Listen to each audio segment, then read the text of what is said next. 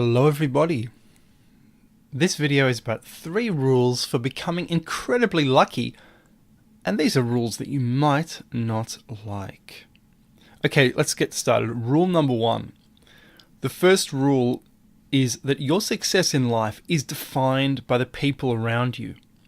As soon as you meet or surround yourself with positive thinking people, you will actually be shocked because instead of putting you down like loser friends, they will rubbish your idea of maintaining mediocrity and raise you to ridiculously high levels that you would never dream of achieving. The other thing is that your income will average that of those you surround yourself with. This is possible simply because it's wrong for peers to have different levels of income and your subconscious makes you take action.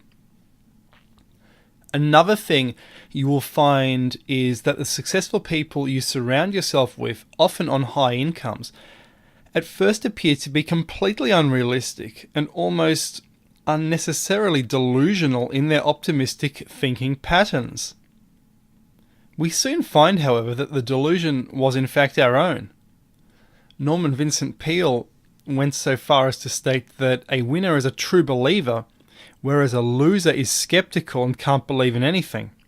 At first this might seem the reverse of what reality really is, but if we look at some of the most famous entrepreneurs, they really did have some very fancy, almost megalomaniacal and crazy ideas which did in fact come to fruition. Rule number 2. If you slump into any chain of depression, drug abuse, or self-abuse, by which I mean you carry chains about you of negativity fostered by some series of unlucky misfortunes, you will miss out on a great deal of luck which you may reject out of some misguided sense of vengeance at the universe, or that you feel you will again be unsuccessful. Trust me, this is the best time to reverse your fortunes. In fact, by missing the first piece of luck which might be offered to you, you will also miss out on the effects of a little-known principle called luck pyramiding, by which small pieces of luck result in more and more spectacular pieces of luck via a chain. This is how presidents sometimes rise to power, or people rise out of poverty and become billionaires. If you want to learn luck pyramiding, you had better develop your intuition skills. Rest assured that your natural intuition, however, will scream out to you when you should accept a piece of luck. Unfortunately, if you are in a depressed, unhealthy state, you will not feel yourself in a position to accept. Perhaps never fall into one. Most of us ignore intuition anyway, but animals follow it instead of the higher thinking of the upper brain, which is often useless and holds us back.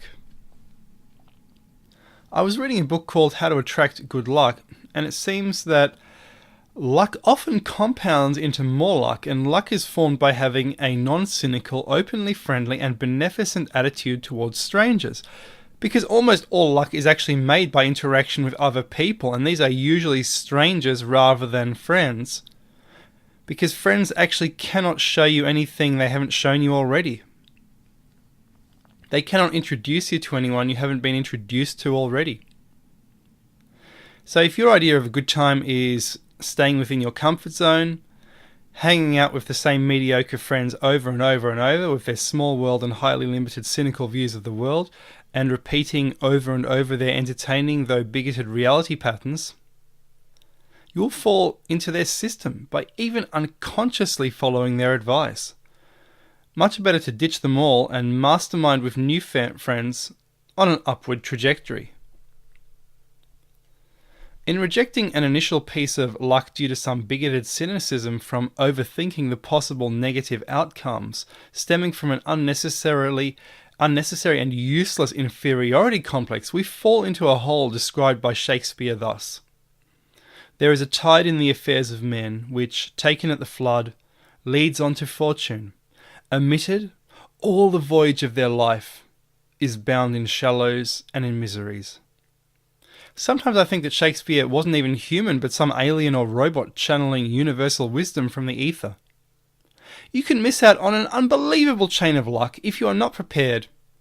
And one of the ironies is that you can expect this new chain of luck after a bad chain of luck. Fortunately, new chains of luck are always opening, but the knowledge or even intuitive regret of having missed something really spectacular acts as a mood suppressor, cancelling future luck opportunities, which is what Shakespeare was talking about. Remember, if your intuition is screaming at you, please don't let anything ever stand in your way. Rule number 3. Luck is actually not random, but a specific form of thought lightning, tailor-made to every individual and activated and even increased by zest and seeking out every opportunity, no matter how small. Fortunately, there is often an intuitive nudge that something interesting is on the way. Take this opportunity. Unfortunately, this often takes a lot of work. Often small pieces of luck that we achieve can bloom into huge, enormous pieces of luck, even after bad runs of luck. In fact, it doesn't matter if you've had a bad run of luck at all. As an example, there is a story that in the 1950s, a mother had fallen on hard times. She was forced to move in with her adult son and his wife, but this produced a huge strain on her son's marriage. They themselves were on hard times. To get out of the tiny apartment, pay for the bills, the man's wife luckily found a job, though it was hard work, and that didn't really seem lucky at the time. However, the wife saved up enough money to beneficently buy a TV for the mother, as this would give her a hobby. A TV was really expensive back then. Beneficence is sharing, including sharing yourself, which is a key ingredient to luck. If you are beneficent, the good luck feelers you put out there by networking your attitude around turn into good luck, because people enjoying your company and thought process have their minds activated in a good way to return that beneficence, according to Newton's third law of equal action.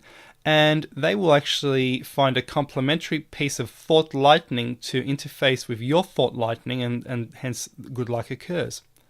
But you need people to get good luck, which is why beneficence works. Selfishness turns all your networking efforts actually into bad luck. Anyway, the mother loved the new TV. The mother actually went to get a job as well to reciprocate and help out as a thank you. And she met a man who loved to come over and watch the TV with her, a time when TVs were quite rare. As a result, they married. In fact, the man turned out to be quite rich. As a result of this, the small luck of the wife and mother both finding a job resulted in huge luck solving everyone's problems. In this way, luck pyramids out, but you would never know unless you were zestful and energetic in the first place. The sad part is that if everyone was lazy and moaning, nothing would have changed, and the punishment would have been moaning for life. It's sad that laziness in people who feel too tired is further punished, but they can change this in an instant, as often even they receive good luck opportunities in areas of life in which they actually are zestful. Maintaining a positive attitude at all times is utterly crucial to the formation of luck. A zesty person is the best person for achieving lucky strikes. We all know of a person like this, and they are always out there and networking and endlessly achieving. Fortunately, we can all change, but bear in mind that habits do change slowly, but they can in fact be changed. So at the risk of sounding preachy, get out there as much as possible. Don't feel the need to rest and recharge, even after a day at the office. We are already born with unlimited energy, and rest enough when we sleep. That really is enough. So it's good to just get out there all the time while we're awake. Guys, thank you for watching. I do try and follow these rules for luck in my own life. I practice what I preach. Do sub and thumbs up, because there is a ton of advice and possible insights you may be interested in coming up. Cheers.